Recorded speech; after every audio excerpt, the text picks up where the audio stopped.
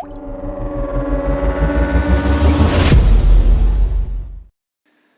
Everyone, मेरा नाम है सुमित और आज की वीडियो हम बात करने वाले कि एक नए प्रोजेक्ट या बड़े प्रोजेक्ट की शुरुआत कैसे करें। क्योंकि छोटे प्रोजेक्ट तो हमने बहुत बनाए हैं, जैसे कि कुछ भी कर दिया CSS जावास्क्रिप्ट से, लेकिन बड़ा प्रोजेक्ट क्या होता है, एक दिमाग पे एक जोर डालता है ना। तो कैसे बनाएं, कैसे इसकी शुरुआत करें, क्योंकि प्लानिंग बहुत ज़रूरी है इन बड़े प्रोजेक्ट्स के लिए। अगर प्लानिंग नहीं करते तो हम बीच में अटक जाते हैं, फंस जाते हैं, बहुत सारी चीज़ें दोबारा करते हैं, डिलीट करते हैं। तो चलिए मैं एक पेज ले लेता हूँ, मान लो कि ये वेबसाइट ले लेते हैं। तो फिर मैंने इस पेज पे कुछ पॉइंट्स लिख रखे हैं जो कि मुझे इस वेबसाइट को बनाने के लिए चाहिए। मान लीजिए कि मैं एक फ्रीलांसर हूँ और मुझे अपने बिज़नेस के लिए एक वेबसाइट बनवानी है, रेंटियो नाम की, है ना। तो मान लो कि मुझे ये नाम तो चाहिए क्योंकि मैंने सोच रखा है। तो इसके लिए मैंने बोला कि आपसे कि मुझे एक पेज चाहिए जो मेन पेज रहेगा, जिस पे वो इंटरेस्टिंग सर्विसेज बताएगा। जैसे कि अगर देखा जाए तो ये अगर पेज है तो यहाँ पे नैप बार हो गई, यहाँ पे फिर एक कंटेंट हो गया, तो ऐसे इंटरेस्टिंग सर्विसेज वगैरह बता दिया जाएगा।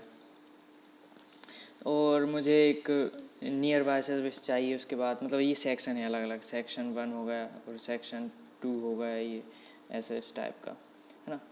तो और ये नीचे का सेक्शन 3 हो गया कि मैं अगली लाइन प्लान बेस्ड सर्विसेज बताऊँगा, है ना, जैसे। और नीचे ऐसे बहुत सारी चीज़ें हैं, जैसे कि ये नैप बार भी चाहिए, उस पर लोगो चाहिए, उस पर मेन्यू चाहिए, कि उस पर सर्च होना चाहिए, होम पे जाने का बटन होना चाहिए, अकाउंट पे जाने का बटन होना चाहिए। अकाउंट पेज तो वैसे बना नहीं रहे, यहाँ पे लिखा नहीं है। सोशल मीडिया लिंक्स होनी चाहिए, लॉग आउट होना चाहिए, फुटर होना चाहिए, और ऐसे ही फुटर में बहुत सारी चीज़ें होनी चाहिए। और एक और पेज होना चाहिए डेस्क्रिप्शन, जिस पे कि वो प्रोडक्ट दिखाएगा, प्रोडक्ट का नाम, है ना। जैसे कि सेक्शन बनाए हैं 3 interesting services, near by services, तो वहाँ पे दिखाएगा ना। और इमेज 5 होनी चाहिए, उससे कम होनी चाहिए, कैटेगरी दिखानी चाहिए कौन सी है, वेरिफिकेशन टैग होना चाहिए, उस पर डेस्क्रिप्शन होना चाहिए, आइटम अवेलेबल है कि नहीं, टाइमिंग क्या है, फीडबैक होना चाहिए, रेटिंग होना चाहिए। तो बेसिकली कहने का मतलब है इतनी सारी चीज़ें बनानी है। इसके लिए काम कैसे करेंगे, क्योंकि जेंगो से आपको बनाना है, उसको डेटा भेजना है कहाँ पे, रिएक्ट के अंदर।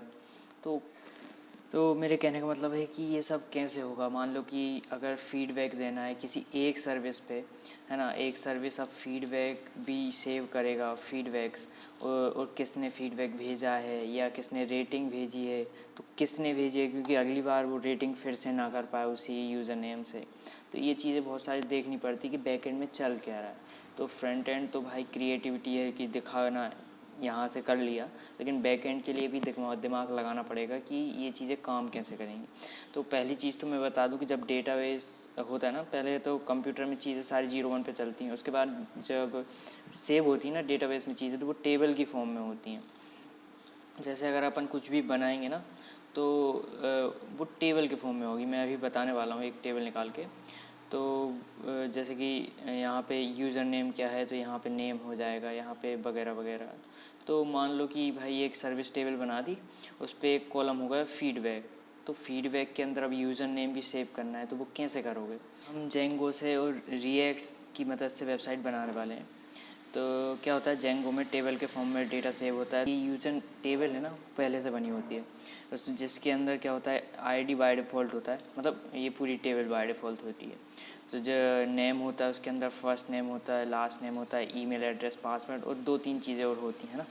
तो क्या होता है कि ये कैरेक्टर के फॉर्म में ये नाम सेव हो जाता है, जैसे कि अमर अकबर एंथनी, कुछ भी नाम ले लो, ये आईडी होती है ना। तो ये तो टेबल तो पहले से बनी है, पर क्या है कि ना, हमें तो टेबल में प्रोफाइल भी सेव करनी है, उसका एड्रेस भी सेव करना है। तो कहाँ करेंगे, कैसे करेंगे। तो मान लीजिए कि हमने एक नई टेबल बनाई जिसका नाम रख दिया हमने प्रोफाइल, और उसमें हम एक आईडी तो बाय डिफ़ॉल्ट रहती है, भले ही आप बनाओ या ना बनाओ। जेंगो में आईडी, जेंगो क्या करता है कि अपने आप ये आईडी जनरेट करता है ना, आईडी नाम की फील्ड अपने आप। और ये प्रोफाइल हमने बनाई जिसमें हम क्या करेंगे कि अपनी प्रोफाइल इमेज सेव करेंगे, प्रोफाइल इमेज, है ना। क्या है कि अभी ये प्रोफाइल इमेज डायरेक्ट तो सेव हो नहीं सकती, क्योंकि ये टेबल है, इसमें सिर्फ क्या डेटा सेव होगा, रिटर्न डेटा, जैसे कि या तो कैरेक्टर, जैसे कि ABCD वगैरह कैरेक्टर डाल दिया, स्ट्रिंग जिसे बोलते हैं, जो 2 कोट्स के अंदर लिखी होती है उसे स्ट्रिंग बोलते हैं। तो या तो कैरेक्टर डाल दिया या कोई सा नंबर डाल दिया 1 2 3, या फिर ट्रू फॉल्स डाल दिया, इस टाइप की चीज़ें डाल सकते हैं बस। जैसे कि ये ट्रू या फॉल्स डाला है कि किसी ने लाइक किया है कि नहीं, ऐसा मैं अभी बताने वाला हूँ।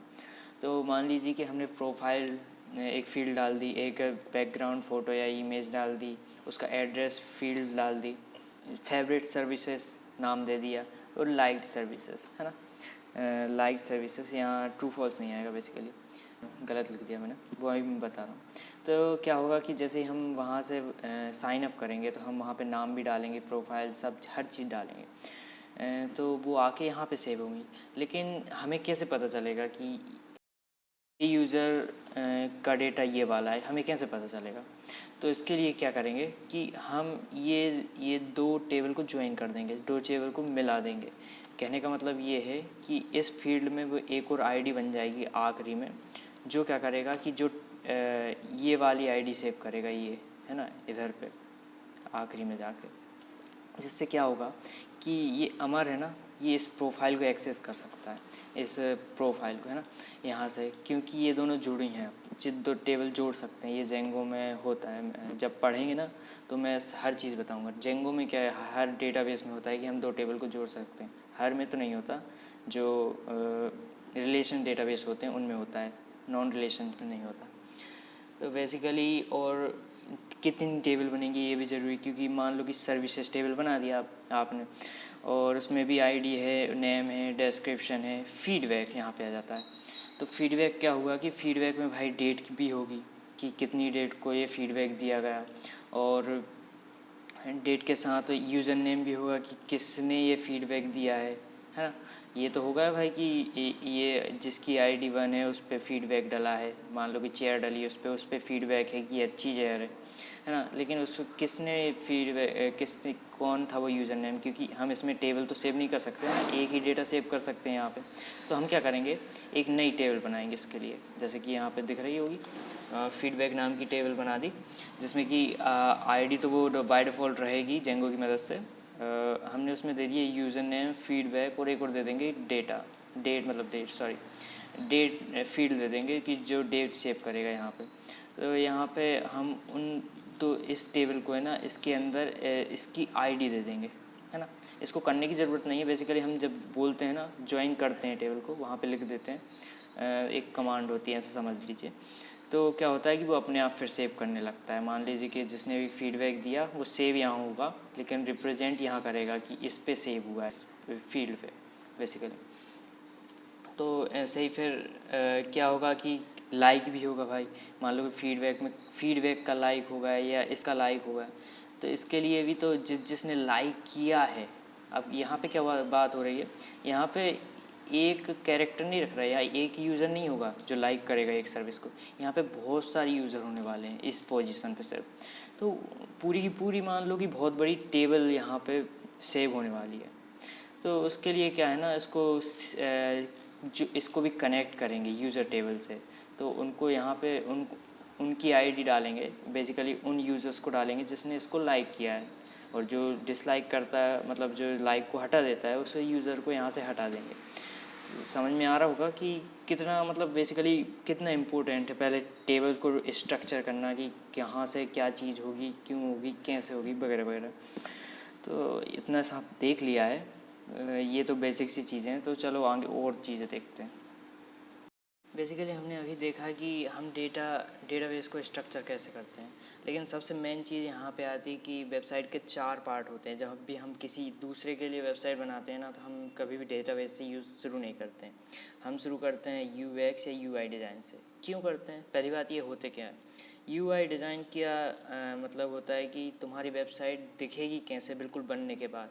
तो इसके लिए बहुत सारे टूल्स हैं, जैसे कि फ़ोटोशॉप एक्सडी हो गया या फिग्मा हो गया। फिग्मा क्या है कि अपन मोबाइल में भी चला सकते हैं, क्योंकि वो वेबसाइट बेस्ड है ना। इसका सॉफ्टवेयर भी आता है, लेकिन ये वेबसाइट से भी चलता है, तो हम चला सकते हैं। चलिए, तो फिर क्या होता है कि यूआई यूएक्स है ना। यूआई क्या होता है कि तुम्हारी वेबसाइट दिखेगी कैसे, बिल्कुल चलेगी कैसे। फिग्मा की मदद से हम ना बिल्कुल सेम टू सेम वो वेबसाइट बना देंगे और वो चलेगी भी, लेकिन वो सिर्फ फिग्मा में चलेगी। तो समझ रहे हो कि मैं क्या कहना चाहता हूँ कि डिज़ाइन बना देते हैं। अगर उसी चीज़ को कोड करेंगे ना तो बहुत टाइम लगेगा, उसके लिए लॉजिक बिल्ड करना पड़ेगा वगैरह वगैरह। लेकिन फिग्मा में कैसी दिखेगी ये बना दिया और क्या क्या काम करेगी। तो फिर उसके बाद हम पूछ सकते हैं क्लाइंट से कि भाई कि हमने ये वेबसाइट बना दी है, आप क्या ऐसी वेबसाइट चाहते हैं? अगर कि आपने कोड करके वेबसाइट बनाई और फिर वो चाहता है कि नहीं नहीं मुझे ऐसी नहीं चाहिए, तो फिर क्या आप कोड को बदलोगे क्या? नहीं, इसलिए हम पहले इसे फिग्मा से बनाते हैं और वहीं पे डिज़ाइन होगा, है ना, फिग्मा से यूआई डिज़ाइन। अब यूएक्स डिज़ाइनर क्या होता है? यूएक्स डिज़ाइनर क्या काम करते हैं कि अगर भाई मेन्यू का बटन है ना, तो वो अगर राइट साइड पे, मतलब इस साइड है ना, राइट साइड पे, लेफ़्ट साइड पे नहीं है, तो वो क्यों नहीं है? क्योंकि भाई यूएक्स डिज़ाइनर का मतलब होता है यूज़र एक्सपीरियंस, यूआई का मतलब होता है यूज़र इंटरफेस। यूज़र एक्सपीरियंस कैसा रहेगा जब वो चलाएगा? अगर तुम यहाँ पे अगर मेन्यू रखते हो तो ऑब्वियसली बात है most of the people right handed रहते हैं और इस साइड से जल्दी से इसे टच कर सकते हैं, तो वो क्या रहेगा कि बहुत अच्छी चीज़ हो जाएगी। और ऐसे में अगर डिलीट का बटन है तो इस साइड रखिए, जिससे क्या होगा कि भाई कि उसे ज़्यादा टाइम लगेगा, तो मतलब वो एक मेंटलिटी बनती है ना, उसे यूज़र एक्सपीरियंस बोलते हैं कि वो कैसा रहेगा वगैरह वगैरह, और उसे चलाने में कितना अच्छा लग रहा है कि अगर ये बटन नीचे होती तो और कैसा होता वगैरह, ये वगैरह वगैरह चीज़ें होती हैं, है ना। उसके बाद आता है कि फ्रंट एंड, फिर जैसे कि हाँ, तो इसे सबसे आखिरी में बनाते हैं बेसिकली। अगर मैं बताऊं तो सबसे पहले हमने ये दो चीज़ बनाई, उसके बाद आती है डेटाबेस, जो कि हमने देखा है अभी कि टेबल्स बनाना ही होता है डेटाबेस। फिर आता है बैकएंड। बैकएंड में क्या करते हैं बेसिकली, मान लीजिए कि अगर तुम्हें एक चीज़ सर्च करनी है ना, कुछ चीज़ सर्च करनी है, जितनी भी सर्विसेज हैं उनमें से, तो क्या होगा कि ये बैकएंड के पास ये डेटा जाएगा कि भाई मुझे ये चीज़ सर्च करनी है, कुछ भी हो सकता है वो, चेयर सर्च करनी है, तो वो सारे डेटा में से देखेगा, है ना, सारे डेटा में से देखेगा जितने भी मतलब चेयर रहेंगी। अब वो भाई मशीन लर्निंग लगाए या कुछ और लगाए या कैसे भी करे, लेकिन डेटाबेस का मतलब बैकएंड का काम यही है ना, कि वो निकाल के वो चीज़ें इसे दे देगा, है ना, इसे वापस दे देगा। अब आप सोच रहे होंगे कि ये चीज़ तो ये भी कर सकता है, हाँ कर सकता है, लेकिन फ्रंट एंड है ना किस चीज़ पे काम करता है? फ्रंट एंड काम करता है कि जो यूज़र्स यूज़ कर रहा है ना उसकी मशीन पे काम करता है। तो आप चाहते हैं कि भाई पहले मैं डेटाबेस से पूरा डेटा मंगवा लूँ, उसके बाद उसमें से निकालूँ, तो वो आपकी वेबसाइट को स्लो बना देगा, क्योंकि वो हर इंसान का डिवाइस इतना अच्छा नहीं होता, या हर इंसान अब बड़ी बड़ी मशीनों से तो सर्च नहीं कर रहा ना। इसलिए हमने क्या है, बैकएंड को एक ऐसी बड़ी मशीन पे डाल दिया है और उससे बोल रहे हैं कि तू ये काम कर। तो बेसिकली ये जो बहुत बड़ा कंप्यूटेशन काम है उसके लिए, है ना। और यहाँ से जब वो पूरा सर्च कर लेगा तो यहाँ से कम डेटा भी भेजेगा, जिससे कि टाइम और बच जाएगा, टाइम मतलब फास्ट वेबसाइट हो जाएगी। तो बैकएंड का यूज़ इसलिए करते हैं, वरना हम डायरेक्ट डेटाबेस से तो वैसे ले नहीं सकते, लेकिन फिर भी मान लो कि पूरा का पूरा डेटाबेस यूज़ कर रहे हैं यहाँ पे फ्रंट एंड में कर सकते हैं, लेकिन वो सही तरीका नहीं, इसलिए हम बैक एंड का यूज़ कर सकते हैं, मतलब करते हैं। तो कहने का मतलब यही है कि हम ये चीज़ें क्यों करते हैं ना। तो क्या हुआ कि रिक्वेस्ट भेजी, अब मान लीजिए कि हम जेंगो के यूज़ क्यों कर रहे हैं, है ना। आपने सुना होगा एक फायरबेस का नाम, हम फायरबेस का भी यूज़ करेंगे, लेकिन इसका यूज़ क्यों नहीं कर रहे हैं? इसका यूज़ इसलिए नहीं कर रहा है कि भाई अगर आपको कुछ सर्च करना है ना, और आप या तो उसमें मशीन लर्निंग लगा रहे हो तो वो फायरबेस में डायरेक्ट तो नहीं लगा सकते, कहीं और से यूज़ करना ही पड़ेगा। या जेंगो का यूज़ इसलिए कर रहा है कि भाई आपको एक चेयर चाहिए, तो बात वही हो जाती है। अगर जेंगो मतलब फायरबेस भी एक डेटाबेस की तरह होता है, वो पूरा डेटा ही पहले यहाँ लाएगा फ्रंट एंड में, उसके बाद निकालेगा और उसको फ़िल्टर करेगा फिर, है ना, चेयर को निकाल देगा उसमें से और बाकी को फिर जाने देगा। तो यहाँ से जो जाने में टाइम लगेगा ना वो बहुत ज़्यादा हो जाएगा, क्योंकि बहुत सारा डेटा भेज रहा है। तो इसके लिए हम क्या करेंगे, बैक एंड का यूज़ कर सकते हैं, और बहुत सारी चीज़ों में बैक एंड का यूज़ होता है, लेकिन मैंने बेसिकली बता दिया कि कुछ चीज़ों में कैसे यूज़ होता है। फ्रंट एंड में चीज़ें बनाएंगे और फिर बैक एंड से मंगाएंगे, जिससे कंप्यूटेशनल पावर वहाँ से मतलब बैक एंड कर लेगा। तो यार ये तो होता है बहुत ही ज़्यादा बेसिक चीज़ें कि जो कि पता होनी चाहिए हमें। और मैं बहुत जल्दी HTML और CSS का वीडियो लाने वाला हूँ, तो जब हम सब कुछ सीख जाएंगे तो वैसी वीडियो के थोड़े एडवांस लेवल पे मैं बताऊँगा। और आज की वीडियो में इतना ही। वीडियो अच्छी लगी हो तो इसे लाइक करें, और जो और दूसरे लोग जो सीखना चाहते हैं वेब डेवलपमेंट उनको शेयर करें। और तब अगली वीडियो में मिलते हैं। Take care, bye bye.